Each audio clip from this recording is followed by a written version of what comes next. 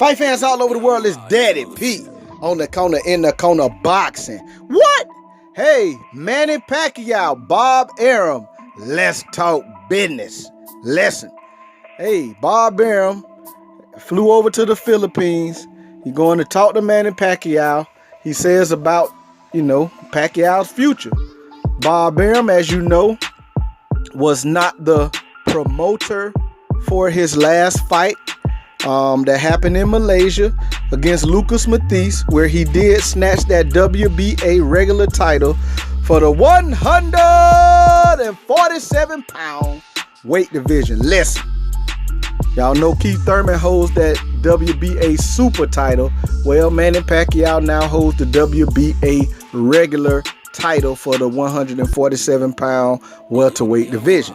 Now, Manny Pacquiao is a free agent, by his own admission, so I guess Bob Arum wants to talk to him about the future. And this is the thing, man. Manny Pacquiao, as we all know, he's at the end part of his career, and he probably has a couple fights left. He said it himself. I think with the spectacular win he got over Lucas Mathis, who basically was damaged goods himself, and how he lost to Victor Postol and how he lost to Danny Garcia. He hadn't been the same fighter. When he lost to Danny Garcia, that was the first time his eye was bad like it was. And then again against Victor Postol, when Victor Postol was the first guy to stop Lucas Mathis. He was down on one knee, pawing at the eye again. And, it's kind of like Kell Brook, man. He lost to Triple G. He went up in weight, lost to Triple G, and his eye was pretty bad. And then again against Errol Spence, the eye was bad again. It's like, I don't care what nobody say. These guys are damaged goods, man, And, Lucas Mathis, he was a champion. He had fought for a vacant title. It's the inferior WBA title, which is the WBA's version of what you would say a interim title. He fought a subpar opponent, to get that title. And then, he got it snatched by Manny Pacquiao. And it probably was a money grab. Hey, let's face it, Lucas Mathis knows that basically he damaged goods, I believe. And Manny Pacquiao was kind of like a cash out. That's what I look at it as, because to me, clearly, he had no fight in him. He spit out his mouthpiece, man. And in that last round, they fought the 7th round, and he didn't want anymore. He was not there. You know what I'm saying? To even finish. He probably was there to finish the fight, but when he started getting hit, Manny Pacquiao has explosive power, and he's quick, and he can really frustrate fighters, man. Just with his quick hands, his quick foot movement, and that explosive power. He can get you real frustrated. And but a fighter whose mentality is intact as a fighter, they want to see a fight through. And Lucas Mathis had that same energy at one time when he fought Danny Garcia. His eye was messed up for the last half of that fight, just about. And he still fought and finished the fight. That's what fighters do. But you could tell when he fought Victor Postol, man, I think it was Boxing Eagle that said, man, that stuff chips away at your confidence, for a fighter. And I think that's what happened, man. And but Manny Pacquiao, to be, honest, he have to take a look at his career and say, hey, man, look, it's a lot of young lions out here, man. I hate to see Manny get hurt. It's probably about time for him to retire. If he wants to do one or two more, maybe. But I don't know. He's been talking about Lomachenko, and that's a guy from a lower weight class. That when he stops guys, it's mostly accumulation of punches, and guys get frustrated, just like I explained about Lucas Mathis. But I don't think that he can per se hurt Manny.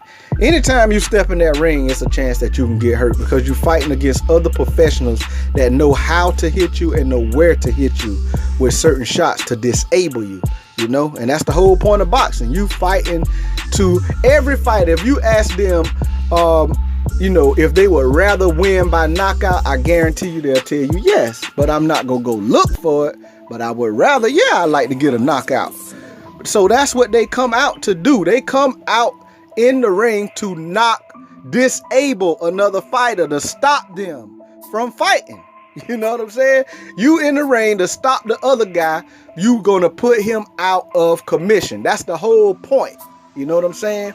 And so when these guys go out, they are professionals that have trained to laser in on certain spots to hit the other fighter to stop them, you know, period. That's what it's all about. So when Manny Pacquiao go out there, man, he got to remember that, man. That's what he's going out there to do, is to try to stop the other fighter. But remember, the other fighter trying to stop him too, and he's getting up in age, man, as a boxer. But Lomachenko, I think that would be a good, you know, a good fight for Manny. The thing is, the weight, you know, is what I'm looking at. Is he going to go down to 140? Lomachenko is a champion at 135, where he beat Linares. And I don't know. I don't know if Pacquiao, you know, thinking they could meet in the middle at 140. But Pacquiao in 2014 was the last time he weighed in to weigh in under the welterweight limit, when he fought Chris Algieri, the end of 2014. They fought at a catch weight of 144, and Manny Pacquiao weighed in at 143 and a half. So that's 4 years ago, and he's still, you know, he's 4 years older. You know what I'm saying? So I mean, you have to take that into consideration as well. Or will he try to make Lomachenko jump up to 144, you know? I don't know. Manny Pacquiao will probably be seen as the A side and will probably get more of the leverage in negotiations. But still, you know, you have to make it to where the other fighter is even gonna be worth their while, you know? So I don't know what it's gonna look like.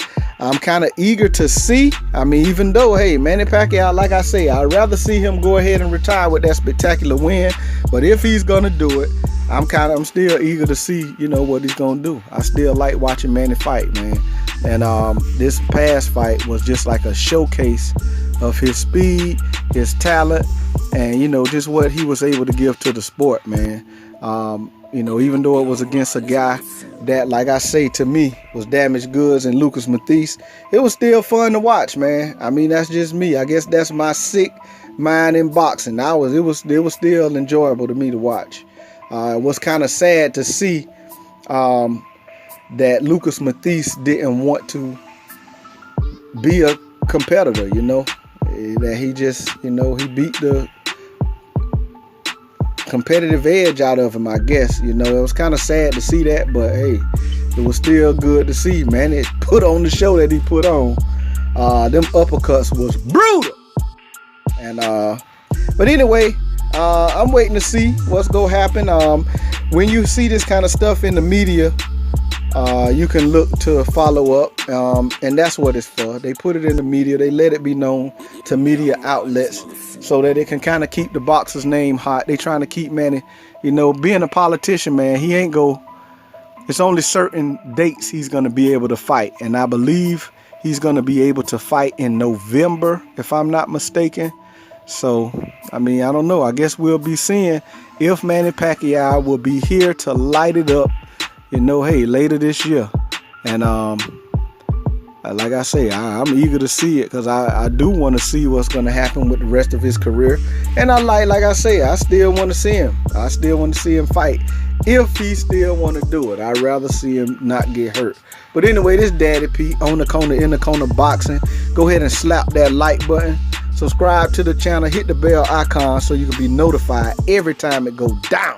This Daddy Pete out of there.